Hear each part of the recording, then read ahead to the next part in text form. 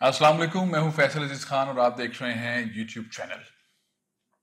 ISI और PTI ने किस तरह काम दिखाया, वो क्या काम था जो दोनों ने मिलकर दिखाया, जिसके नताइज आज पाकिस्तान को मिल रहे हैं।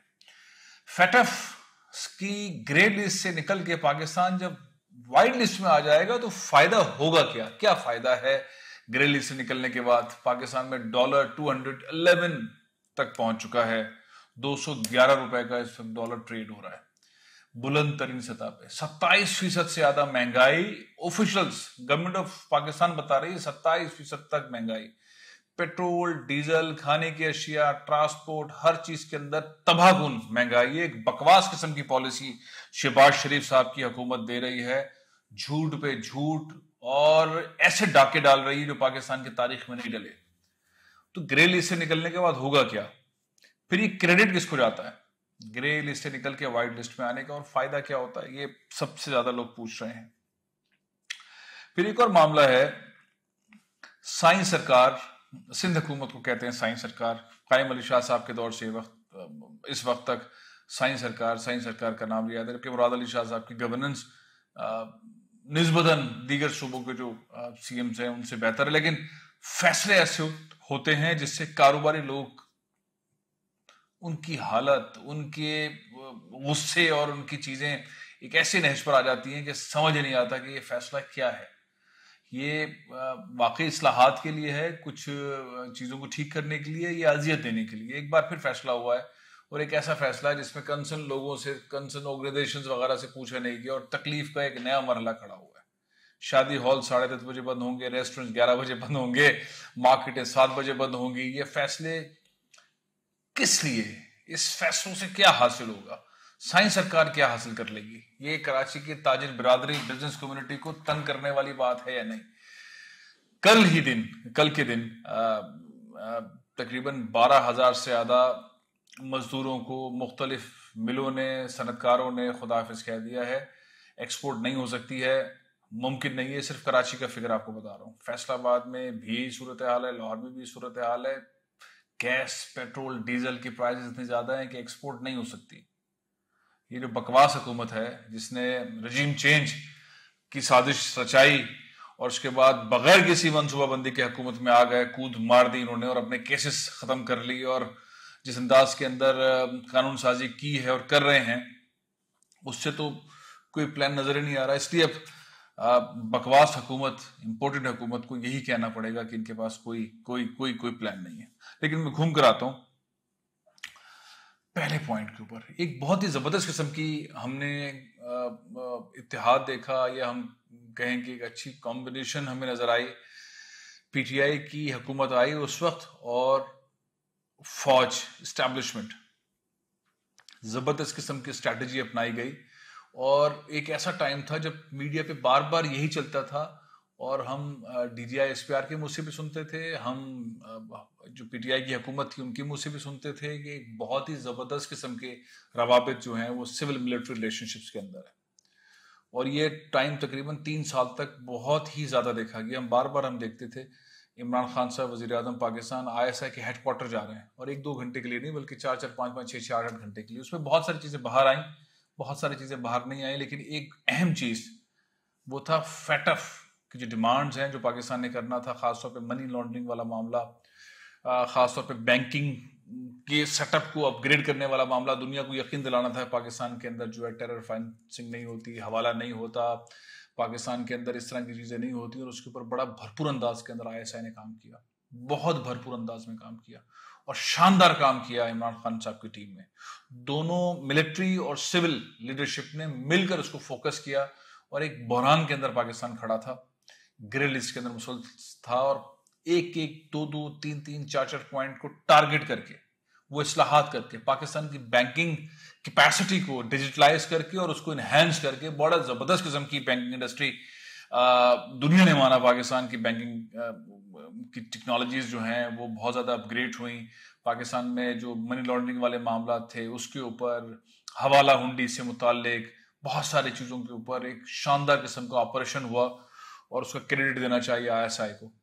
मैं कुछ ऐसे ऑपरेशंस को, ऐसी चीजों को जानता हूं मीडिया पर भी बात ही रही, लेकिन जाहिर है कि वो उसका क्रेडिट जो है वो इस वक्त ये हुकूमत नहीं ले सकती, बकवास हुकूमत रजीम चेंज करने के बाद इसका क्रेडिट जो है वो इमरान खान साहब की हुकूमत को मिलना चाहिए, उनके अमाद अजहर साहब, उन्होंने बहुत मेहनत की, उनको मिलना चाहिए, ISI की लीडरशिप को मिलना चाहिए, पाक फौज की लीडरशिप को मिलना चाहिए, बाजवा साहब उन्होंने जिस अंदाज में लीडरशिप में काम किया उसको मिलना चाहिए कि पाकिस्तान अब ग्रे लिस्ट से वाइट लिस्ट के अंदर मूव हो गया है और जिसका बाकायदा ऐलान हो जाएगा। लेकिन ये बहुत ही खुशी की बात है, बहुत ही ज़बरदस्त बात है। तो जब भी मिलिट्री और सिविल लीडरशिप एक साथ मिलकर काम करते हैं तो फिर नताइज ऐसे होते हैं। इंडिया ने बहुत कोशिश की पाकिस्तान को ग्रे लिस्ट में रखने की, साजिशें की, पाकिस्तान के खिलाफ साजिशें की और ममालिक को बहकाया, ये किया वो किया, लेकिन बड़ा जबरदस्त रहा इस सारे उस गेम में। तो जब ये क्रेडिट ले रही है वाली हुकूमत तो अच्छा नहीं लग रहा। इनको खुद कहना चाहिए अमाद अजहर जिंदाबाद, इनको खुद कहना चाहिए इमरान खान जिंदाबाद, इनको खुद कहना चाहिए इस हुकूमत को बाजवा साहब जिंदाबाद, ISI जिंदाबाद, उनको कहना चाहिए क्योंकि ये मेहनत सारी उनकी थी और बहुत बड़े पैमाने पर ये सब कुछ हुआ। फिर पाकिस्तानी बैंकिंग सर्कल की जो इंप्रूवमेंट थी वो जाहिर है उसको सराहना चाहिए, फिर बिजनेस कम्युनिटी ने भी बड़ा साथ दिया, तो ये मिलकर सब कुछ हुआ। अब सवाल ही खड़ा होता है, जो बार बार सवाल कर रहे हैं लोग, पूछ रहे हैं कि ग्रे लिस्ट से निकल गए तो होगा क्या? डॉलर तो आपने 211-12 का कर दिया है, एक्सपोर्ट हो नहीं रही, मिलों से सनतों से मजदूरों को निकाला जा रहा है, महंगाई 27.7% के ऊपर आ गई है, डीजल के प्राइसेस, पेट्रोल के, गैस के, बिजली के मुसलसल बढ़ाए जा रहे हैं, तो इससे फायदा क्या होगा ग्रे लिस्ट से निकलने का? बात बिल्कुल सही है। हुकूमत की कोई पॉलिसी नजर नहीं आ रही। रेजिम चेंज ऑपरेशन के बाद इस हुकूमत के पास जीरो प्लान था, बकवास प्लान था। जाके मिफ्ता इस्माइल जाके बैठे वॉशिंगटन IMF के सामने और कद्दू लेकर वापस आ गए, उनको डील करना नहीं आया। फिर वो दोबारा गए कतर जाके बैठे, कुछ हासिल ना कर सके। अब 20 तारीख को फिर बैठ रहे हैं, उस एजेंडे के अंदर वो शामिल नहीं है और सारे दोस्त मुल्क पाकिस्तान के नाराज हैं।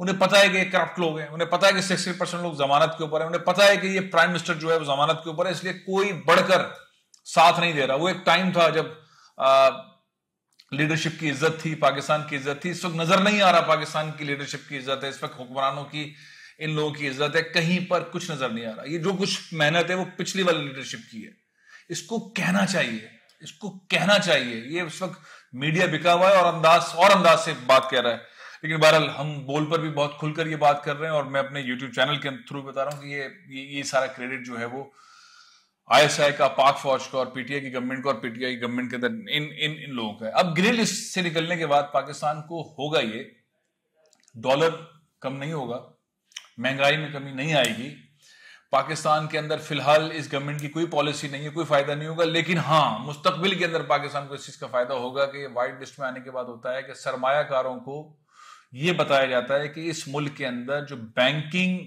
के स्टेजेस हैं वो एडवांस हैं, आपका सरमाया महफूज रहेगा, आप जो काम करना चाहते हैं वहां पे उसको तहफ़्फ़ुज़ हासिल रहेगा, वहां पे मनी लॉन्ड्रिंग और इससे मुतालिक बहुत सारी चीजें नहीं है। सरमायाकारी, गैर मुल्की सरमायाकारी की राह हमवार होने वाला एनवायरनमेंट जो एक काला धब्बा था वो हट गया है, तो बड़ी तादाद के अंदर इन्वेस्टमेंट जो है वो आने के चांसेस है। मैं कुछ अर्से पहले, बल्कि 1-1.5 हफ्ता पहले डिवॉर्स में था और वहां पे जो प्रेजेंटेशंस मैंने देखी पाकिस्तानी बिजनेसमैन की, बहुत सारे बैंक की प्रेसिडेंट्स वहां पे थे, हैरत अंगेज थी। शहजाद दादा की, UBL के प्रेसिडेंट है, उनकी एक्स्ट्रा ऑर्डिनरी किस्म की प्रेजेंटेशन थी। पंजाब बैंक के जो प्रेसिडेंट हैं, क्या इंसान है जफर मसूद साहब, जबरदस्त अंदाज में। पंजाब बैंक मेरे नजदीक Punjab bank, Sindh bank, Khyber bank, ये 3rd-4th कैटेगरी के बैंक में समझता था, लेकिन उन्होंने जिस तरह की प्रेजेंटेशन दी और जिस तरह की टेक्नोलॉजीज के बारे में बताया और जिस अंदाज में पंजाब बैंक काम कर रहा है, वो इस कैटेगरी का बैंक मुझे महसूस हुआ। तो पाकिस्तान की बैंकिंग सनत जो है वो बहुत आगे चली गई है। तो ये ग्रे लिस्ट से व्हाइट लिस्ट में निकलने के बाद पाकिस्तान में जो सरमायाकार आएंगे गैर मुल्की, उनको पता है कि पाकिस्तान के अंदर हम हर तरह का सरमाया ला सकते हैं, बैंकिंग सर्कल इस तरह का है, किसी भी सतह की कोई परेशानी, कोई प्रॉब्लम नहीं होगी। तो ये एक खुशाइन बात है। इसके अलावा अब जाहिर है कि जब हालात ठीक होंगे उसके बाद इसका फायदा होगा, लेकिन बहरहाल ये क्रेडिट जाता है पाक फौज को, जाता है ISI को, जाता है PTI की गवर्नमेंट को, जाता है इमरान खान को, जाता है अमाद अजहर को, जाता है शौकत तरीन साहब को भी जाता है, हफीज शेख साहब को भी जाता है। इन्होंने बहुत ज्यादा मेहनत की। गवर्नर स्टेट बैंक जो उस वक्त के थे रजा बाकर, उनको भी जाता है, उनकी टीम को भी जाता है। तो क्रेडिट जाना चाहिए। इस बकवास रजीम चेंज, इंपोर्टेड हुकूमत का इससे कोई ताल्लुक लेना देना नहीं है। इन्होंने 2 महीने के अंदर जो महंगाई की है, जिस तरह की इन्होंने स्ट्रेटजी अपनाई है, सिवाय अपने केसेस को, सिवाय अपने बंदों को, 2 नंबर बंदों को पोस्टिंग करने के अलावा इन्होंने कुछ नहीं किया और कुछ करते हुए दिखाई भी नहीं देते। मैं तो हैरान होता हूं कि आजकल जो है वो मरियम सफदर साहिबा जो है वो DGISPR की स्टेटमेंट की हौसला अफजाई करते हुए उनकी तर्जुमान बनी हुई है। अल्लाह अकबर, अल्लाह अकबर। क्या क्या कहा जा सकता है कि मुस्लिम लीग नून जो है वो पाक फौज, जिनको बुरा भला कहते रहे सारे टाइम, उनकी जो है तर्जुमानी कर रहे हैं। खैर, अच्छा है पाकिस्तान के लिए ये तमाम चीजें होना भी, लेकिन इस वक्त पाकिस्तान के लिए डॉलर का कम होना, फौरी तौर पर IMF के साथ डील होना बहुत जरूरी है, जिसके बाद अब पाकिस्तान दोबारा जाके रजू करे सऊदी अरब के साथ, फिर जाके रजू करे UAE के साथ, फिर रजू करे चाइना के साथ, फिर रजू करे और ममालिक के साथ, टर्की के साथ, कि भाई IMF के साथ दस्तखत हो गए तो प्लीज मेहरबानी करके हमें पैसे दें। जब वो डॉलर आना शुरू होगा तब ये डॉलर नीचे आएगा। डॉलर की रियल वैल्यू इस वक्त पाकिस्तान के अंदर 178, 179, 180 के करीब, 180 रुपए से ज्यादा का डॉलर नहीं है। ये डॉलर 112 तक जा रहा है। ये ब्लैक मार्केटिंग है, हुकूमत की पॉलिसी का ना होना है, डिसीजन मेकिंग का ना होना है, जिसकी वजह से डिमांड एंड सप्लाई की वजह से डॉलर ऊपर उठा हुआ है, कमोडिटी की सूरत के अंदर इस्तेमाल हो रहा है। अब इस पे कौन एक्शन लेगा? क्या एक बार फिर हम देखें कि फौज इसमें इन्वॉल्व हो जाए, ऐसा इसमें इन्वॉल्व हो जाए जिस तरह से उन्होंने FATF की चंद पॉइंट्स के ऊपर हैवीली काम किया और जाके अचीवमेंट हासिल की? क्या दोबारा डॉलर को हैंडल करने के लिए भी फौज को आना पड़ेगा? क्योंकि ये बकवास हुकूमत, इंपोर्टेंट हुकूमत, इसके पास कोई स्ट्रैटेजी नहीं है। राय दीजिए, बताइए और क्रेडिट भी दीजिए, कमेंट कीजिए, सवाल कीजिए, बताएं कि डॉलर को नीचे लाने के लिए किसकी इक़दाम की जरूरत है, फौरी तौर पर क्या किया जाए, क्योंकि महंगाई उसके बगैर कंट्रोल नहीं होगी और पाकिस्तान की एक्सपोर्ट डिस्टर्ब होगी, पाकिस्तान का बिजनेस डिस्टर्ब होगा। ये सिंध हुकूमत की पॉलिसीज जो इस वक्त आई हैं, जिसमें साइंस सरकार ने शादी हाल 10:30 बजे बंद हो, रेस्टोरेंट 11 बजे बंद हो, दुकानें 7 बजे बंद हो, इससे रेवेन्यू नहीं आएगा, इससे टैक्स कलेक्शन नहीं होगी, इससे लोग बेचैन होंगे, इससे लोग परेशान होंगे। मैं तो हैरान हूं कि शादी हॉल को क्यों 10:30 बजे बंद कर रहे हैं। वो जो भी शादी में आता है वो अपने घर की बिजली बंद करके आता है। शादी हाल को बंद करने से क्या होगा? लोगों की खुशियों को खत्म करने से क्या होगा? गलत फैसले कर रही है इस तरह को। इसके ऊपर भी कमेंट कीजिए। इजाजत दीजिए, इंशाल्लाह कल फिर हाजिर होगा। पाकिस्तान जिंदाबाद।